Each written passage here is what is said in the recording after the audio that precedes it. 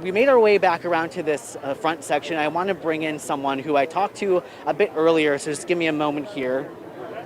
We have Priscilla here. Thank you so much for joining us. You're welcome. You told me that you were out here in June, so Yep. talk to us about what brought you back out here today. Well, things have gotten worse, not better. So I'll keep coming out here until something changes.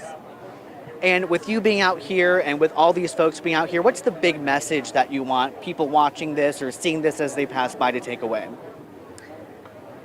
That in a democracy, people have an equal voice. And I don't think any of us do right now. And so I feel like everybody's really pissed off, and that's why they're out here. I mean, I see people as young and as old, the whole spectrum, and everybody feels the same way. This is no longer just like a minority of people.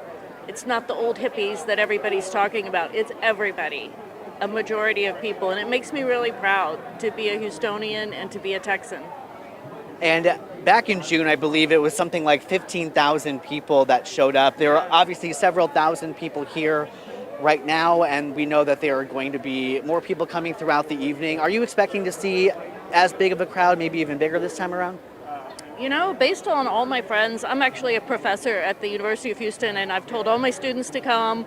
I think we have more momentum this time around in June. I think people were still just trying, getting used to the idea of protest because it's kind of new to us in this country. And I think now people realize that we don't really have a choice because we're losing our country.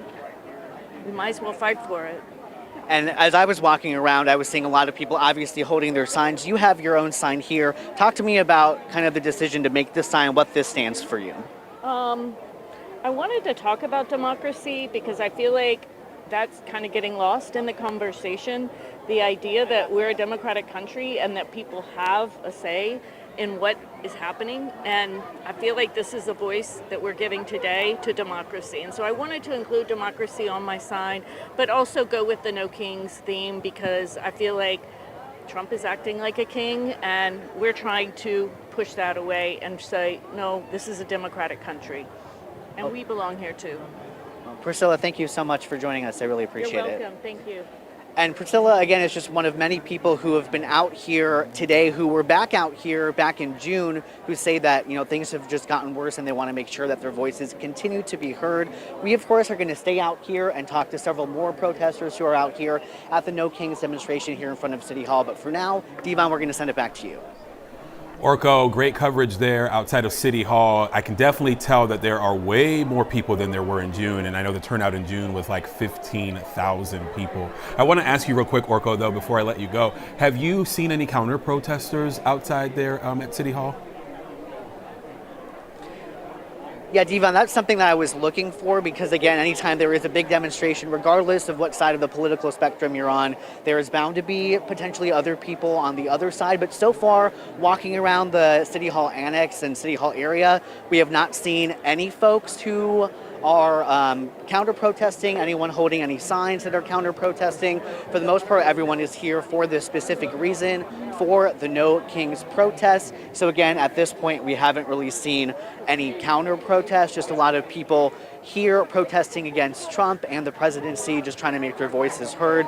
We were looking, again, like I said, looking for people who were potentially counter-protesting, but at this point we haven't. Again, just a lot of folks here holding their signs, talking about the Trump regime, as they call it, and again, a lot of police out here just to make sure that nothing happens, just because, you never can tell when something could become volatile. But as Michelle mentioned, for the most part, Houston rallies and protests tend to stay relatively peaceful, as we saw back in June, and so that's definitely the case here as so far as right now. But for your question, in terms of counter-protesters, we've not seen any at this point.